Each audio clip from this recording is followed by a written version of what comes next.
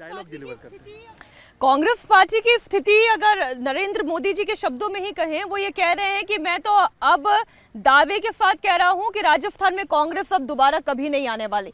यानी कि पहले गुजरात, गुजरात के बाद मध्य प्रदेश, मध्य प्रदेश के बाद अगला नंबर राजस्थान।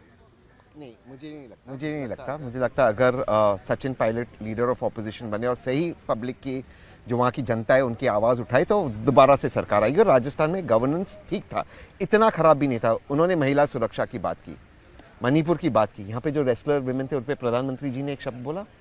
वेस्ट बंगाल जाकर एक महिला, इकलौती महिला मुख्यमंत्री के लिए किन शब्दों का प्रयोग किया गया? प्रधानमंत्री जी द्वारा। मेरे मित्र शशि थरूर की पत्नी, मरूम पत्नी के लिए किन शब्दों का प्रयोग किया गया? प्रधानमंत्री जी द्वारा।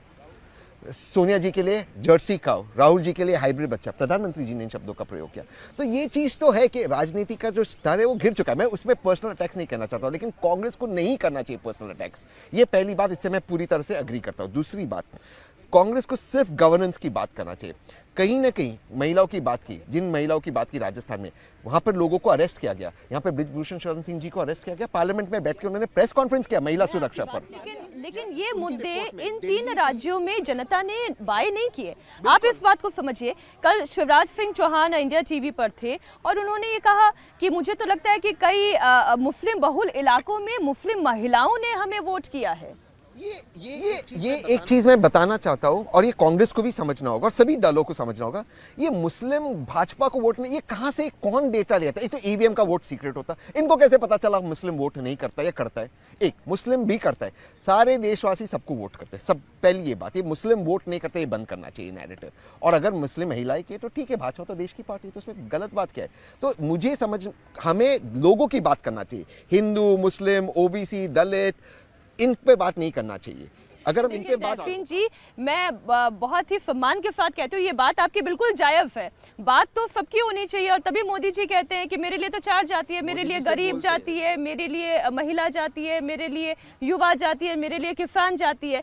लेकिन राहुल गांधी कहते हैं ना कि कास्ट सेंसस होना चाहिए। वो ओबीसी की बात करते हैं, दलित की बात करते हैं। ये तो राहुल जी को आपको समझाना चाहिए। एक ही लाइन में उसका उत्तर दूंगा। माननीय प्रधानमंत्री राजस्थान जाति गुज्जरों की बात फिर क्यों करते हैं? चार ही जाति है। माननीय प्रधानमंत्री क्यों कहते हैं मैं खुद ओबीसी हूँ? अगर उनकी बात नहीं करनी तो खुद ही माननीय प्रधानमंत्री अपनी बात पे कायम नहीं रहते। देश में एक व्यक्ति ने यह भी बताया है कोर्ट पर जनेऊ डालकर कि मैं जनेऊधारी हिंदू हूं। तो तथ्य को स्टेट करना जाति में बांटना नहीं होता। जाति में बांटना तब होता है जब आपके पूर्वजों ने ओबीसी कास्ट सेंसस रोकी हो 1951 में, जब आपका नारा हो ना जात पर ना पात पर मुहर लगेगी हाथ पर, जब आप मंडल कमीशन आयोग की रिपोर्ट को लागू नहीं करते हैं। 1980 में, 1984 में राजीव जी की सरकार उसको रोकती है, फिर पार्लियामेंट में खड़े होकर कहते हैं कि विभाजनकारी है, और उसके बाद राहुल गांधी आकर कहते हैं कि मैं ओबीसी का सबसे बड़ा शुभचिंतक हूं और ओबीसी कास्ट सेंसस होना चाहिए। और कर्नाटका में ओबीसी कास्ट सर्वे जारी नहीं कर रहे, छत्तीसगढ़ में नहीं किया, ओडिशा में विरोध कर रहे हैं, और राजस्थान में तो चलिए उनकी स्थिति नहीं बची। तो मुझे लगता है कि ऐसी दो मुही बातें जो करते हैं, मैं इसलिए बार बार पूछता हूं, टीएमसी इनके समर्थक है, उन्होंने ऑन रिकॉर्ड कहा हम ओबीसी कास्ट सेंसस के खिलाफ है। राहुल गांधी का क्या स्टैंड है? एक को शब्द नहीं।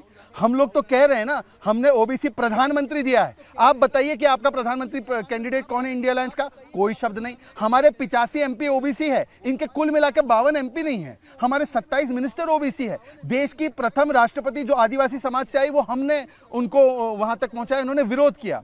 देश के सबसे होनहार हमारे उपराष्ट्रपति वो ओबीसी समाज से, राजस्थान की भूमि से आते हैं। पहला सूचना आयोग का अध्यक्ष हीरालाल सामरिया जी दलित समाज से आते हैं, वो राजस्थान की भूमि से आते हैं। कांग्रेस का क्या योगदान है इन चीजों में? कांग्रेस केवल बात करती है और विभाजनकारी सोच लेकर आई है। और तेज सिंह से पूछिए कि अब क्या नॉर्थ साउथ में बांटेंगे भारत को? मतलब वो ताकतें जो भारत को बंटवाना चाहती है उनके साथ खड़े होंगे, क्योंकि मोदी पसंद नहीं। मोदी पसंद नहीं तो आर्मी को गाली, मोदी पसंद नहीं तो भारत की संस्थाओं को गाली, मोदी पसंद नहीं तो भारत का बंटवारा।